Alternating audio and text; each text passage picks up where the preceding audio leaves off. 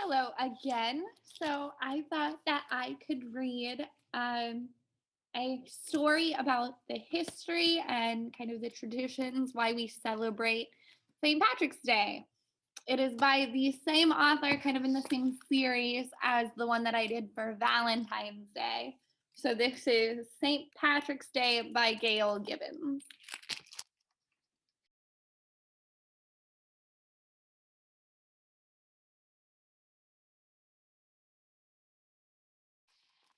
St. Patrick's Day is celebrated each year on March 17th.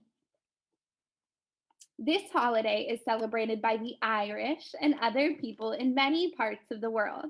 They honor St. Patrick, the patron saint of Ireland. St. Patrick lived many years ago. He was born in Britain around the year 380 and raised in a Christian family. His parents didn't name him Patrick. Some people believe his name was Maywin.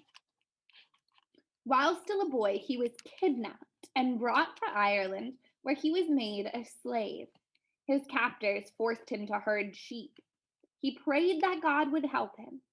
6 years later, he escaped. After finally arriving back in Britain, he lived quietly, thought, and prayed. He realized what he wanted to do. He had dreams about returning to Ireland to teach the people about God. He went to France to study religion. In the year 432, the head of the Catholic Church, the Pope, named him Patricius, the Latin name for Patrick. He became a priest and then a bishop. At last, Bishop Patrick's dream came true. He sailed to Ireland and began preaching. He built churches and schools all over the country. People noticed his kind ways and trusted him. Bishop Patrick spent the rest of his life caring for the Irish people. They loved this kind man.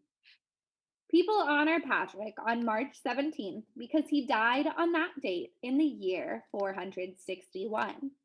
Later, the Catholic Church made him a saint, St. Patrick. Today, many things are done to celebrate this holiday. People go to church to give thanks to St. Patrick for his work in Ireland.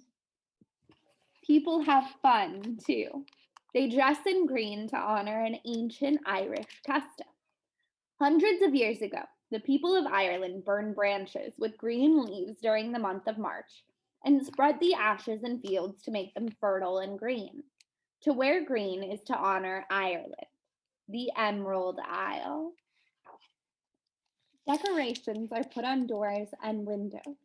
Shamrocks appear everywhere. The shamrock is a plant that has 3 leaves and looks like a clover. It is the symbol of St. Patrick as well as of Ireland. Leprechauns are remembered on St. Patrick's Day. Long ago, some Irish folk believed in these little magic creatures. It was thought if you caught a leprechaun, you could make him lead you to a pot of gold. Leprechaun comes from the old Irish word lucerpan, meaning wee one. People believed they were only as big as your thumb. There is the shillelagh too. In Ireland, many years ago, there was an old oak forest called shillelagh. The Irish liked to own a sprig of shillelagh, a short oak club from the forest. Often people decorate shillelagh with green ribbons. The harp is one of the oldest musical instruments and has been popular with the Irish people since early times. It serves as another St. Patrick's Day decoration. On St. Patrick's Day, people may give cards to their families and friends.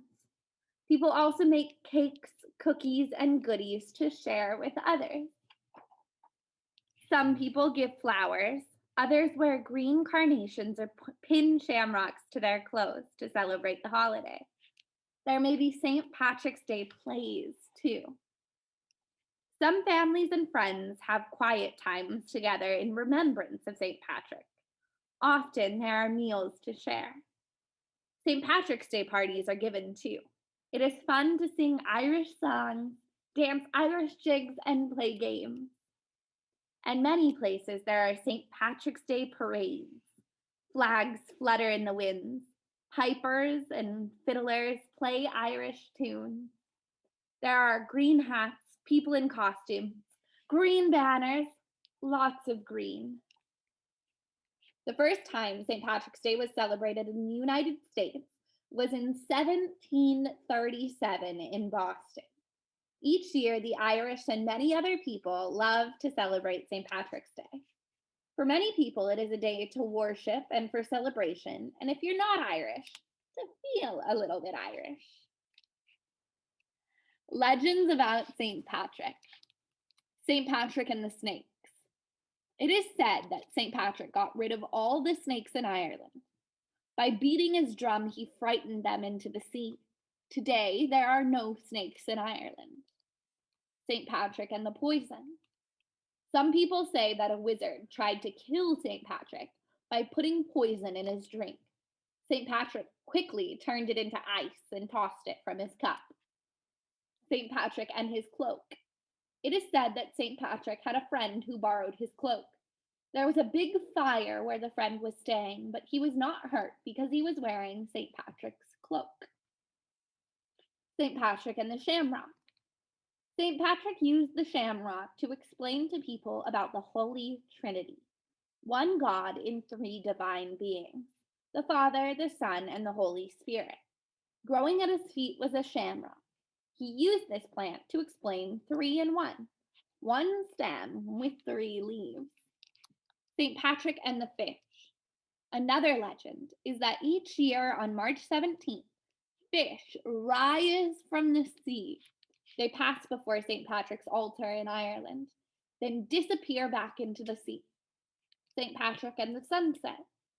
It is said that the sun didn't set when St. Patrick died, and that it shone in the sky for 12 days and nights. So that is some of the history of St. Patrick's Day. I hope you learned something. I hope you found it interesting. I will probably read another St. Patrick's Day book next week. So if you liked this, check those out too. I will see you then. Bye.